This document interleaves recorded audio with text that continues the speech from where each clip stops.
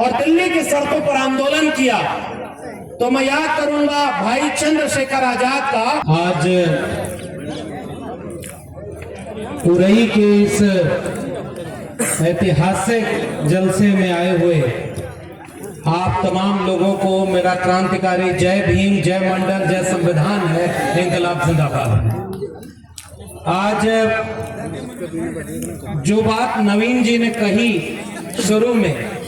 उससे सहमति जताते हुए मैं अपनी बात शुरू करूंगा कि उन्होंने कहा कि उन्हें पहले लगा कि कोई कार्यक्रम है, आयोजन है, और आखिरी में उन्होंने कहा कि उत्सव जैसा माहौल यहाँ है। तो मैं उसमें जोड़ते हुए कहना चाहता हूं कि मुझे यहाँ आकर ऐसा महसूस होता है कि ये उत्सव भी मेरे परिवार का, मेरे घर का उत्सव है, और इसलिए मैं नीरज भाई को बहुत शुक्रिया अदा करता हूं कि आपने ये बहुत बड़ा जलसा यहाँ इकट्ठा किया। और कल मुझे जिन लोगों के साथ, आदरणीय अमित किशोर जी के साथ आना था, आपात परिस्थिति बनी कि मुझे लगा कि पहुंच नहीं पाएंगे, लेकिन आज यहाँ पहुंचने का एक मकसद ये भी है। भाषण तो हम लोग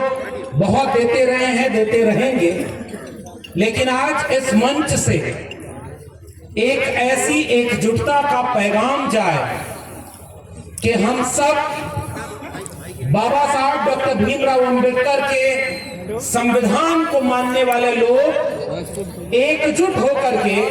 संविधान के विरोधियों के खिलाफ कल भी खड़े थे, आज भी खड़े हैं और आगे भी खड़े रहेंगे और संविधान की हिफाजत करते रहेंगे। और इसके लिए मैं नीरज भाई को बहुत शुक्रिया अदा करता हूं कि उन्होंने एक वैचारिक मंच सजाया है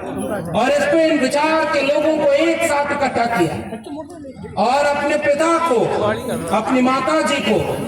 जो कि खुद भी वैचारिक ट्रेनिंग देकर के अपने पुत्र को इतना सक्षम बनाया था कि उन्होंने भी कोई पाखंड नहीं किया, लेकिन उन्होंने अपने विचार की विरासत को आगे बढ़ा दिया। और मुझे याद है कि आज से तकरीबन 10 साल पहले जब इस तरह की बातें शुरू हुई थी, मैं बहुत कम वक्त में उस इतिहास को केवल याद करूंगा आपके बीच में, कि जब मैं दिल्ली विश्वविद्यालय में प्रोफेसर हुआ करता था और उस समय धीरे धीरे सोशल मीडिया का दौर बहुत तेज हुआ, और इसलिए शंभू जी या नवीन जी हैं, नीरज पटेल हैं, इन लोगों को देख करके हम लोग भी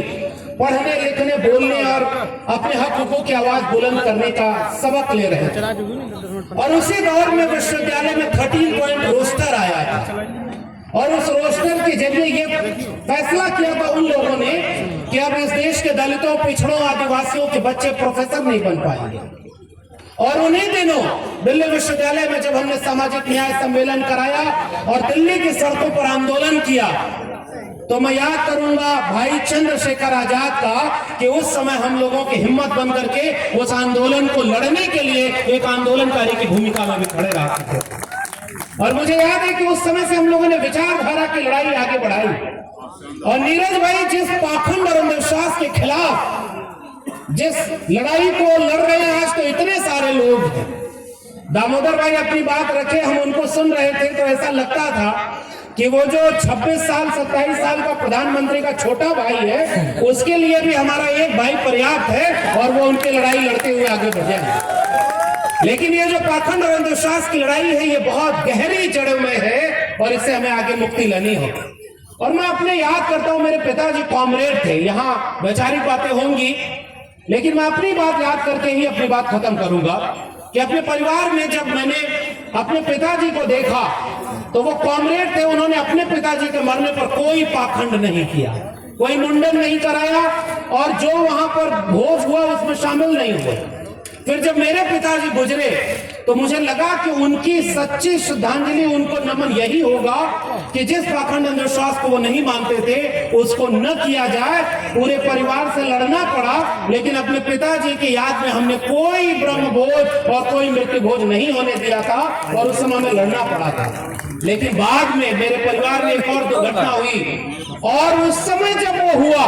मेरे बिना बोले ही मेरे परिवार के लोगों ने कहा कि वो कोई घंट नहीं बंधेगा, कोई मृत्यु भोज नहीं होगा। और मेरे छोटे भाई ने 100 बच्चों को कलम, किताब और स्कूल का बस्ता बांटा और कहा कि मेरे पिताजी जहां होंगे इस बात से खुश होंगे कि मैंने उनकी याद में लोगों के हाथ में कलम बांटी है। और हम तो याद करेंगे, चंद्रशेखर भाई हैं निजी पारिवारिक चीज, और मैंने इसीलिए कहा कि मैं इस मंच को पारिवारिक मंच मान करके यहाँ आना चाह रहा था।